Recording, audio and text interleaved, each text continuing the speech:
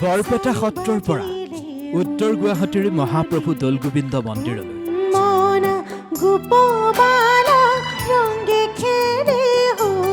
ঢকুৱাখনৰ বাসুদেৱ থানৰ পৰা ৰাজ্যৰ প্ৰতিটো প্ৰান্তলৈ এতিয়া হোলী গীতেৰে মুখৰ হৈ পৰিছে।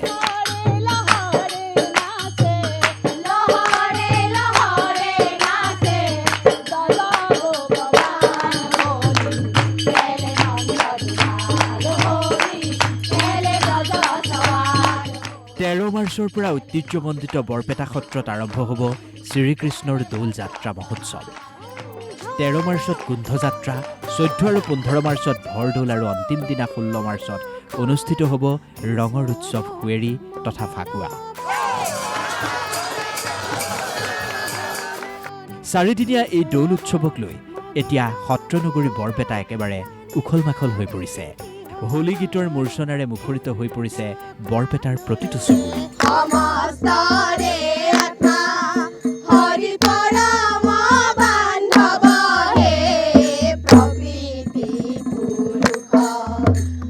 হোলী গীতৰ আখৰাত ব্যস্ত হৈ পৰিছে পুৰুষ মহিলা যুৱক যুৱতীসকল।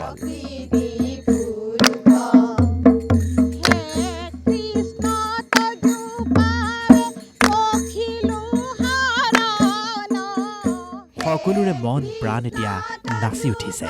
আমাৰ মন প্ৰাণ নাচি উঠিছে এতিয়া। সেইকাৰণে আমি সকলোৱে লগ লাগি পেলাই এই আমাৰ বিলতাৰী নামঘৰ ৰাখাল নামঘৰত আমি সকলোৱে লগ হৈ পেলাই হোলী গীতৰ প্ৰেক্টিচ কৰি আছোঁ এতিয়া। মন প্ৰাণ মানে উৎফুল্লিত উঠিছে, ভাল লাগিছে। হয়, আমি বহুত উৎসাহেৰে মানে দৌলৰ উৎসৱত আমি হোলী গীত গাম বুলি আমি প্ৰেক্টিচ কৰি আছোঁ। এয়া উত্তৰ গুৱাহাটীৰ মহাপ্ৰভু দৌলগোবিন্দ মন্দিৰৰ দৃশ্য। দৌল উৎসৱলৈ মাজত মাত্ৰ 3 দিন বাকী।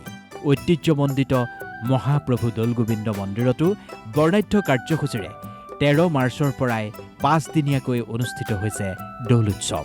দূৰ দূৰণিৰ ভক্তৰ আগমন হৈছে দৌলগোবিন্দ মন্দিৰলৈ। দৌল উৎসৱ উপলক্ষে দৌলগোবিন্দ মন্দিৰত আশীষ ল'লে ছত্তীশগড়ৰ ৰাজ্যপাল ৰমেন ডেকাই। কিন্তু এইবাৰ দৌল উৎসৱত মই আহিব নোৱাৰিম, যিহেতু মই ছত্তীশগড়ত থাকিম। সেইকাৰণে আগতীয়াকৈ আহিলোঁ দৌলগোবিন্দত আশীৰ্বাদ ল'বলৈ। অসমৰ তথা ভাৰতবাসী আৰু বিশেষকৈ ছত্তীশগড়ৰ ৰাইজৰ যাতে কৃপা মহাপ্ৰভু দৌলগোবিন্দত থাকে। এই দৃশ্য ঢকুৱাখনাৰ নৰোৱা সত্ৰ বাসুদেৱ থানৰ। বাসুদেৱ থানতো হোলী গীতেৰে ৰজনজনাই উঠিছে।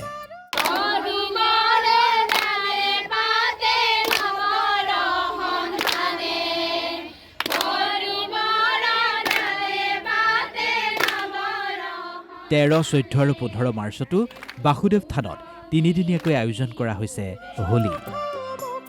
প্ৰথম দিনা মেঘদাহ, দ্বিতীয় দিনা বাসুদেৱ মহাপ্ৰভুক নোৱাই ধুৱাই নতুন বস্ত্ৰ দি অস্থায়ী বেদীত স্থাপন কৰি হোলী গীত পৰিৱেশন কৰিব আৰু তাৰ পিছত অন্তিম দিনা ঘুনুচা যাত্ৰাৰ অনুষ্ঠান আৰম্ভ হ'ব। দূৰ দূৰণিৰ ভক্তই ভিৰ কৰিছেগৈ শ্ৰী শ্ৰী বাসুদেৱ থান এই নৰোৱা সত্ৰত। 13, 14, 15 মাৰ্চ এই তিনিদিনীয়া কাৰ্যসূচী আমি দৌল উৎসৱ আয়োজন কৰিব মনস্থ কৰিছোঁ।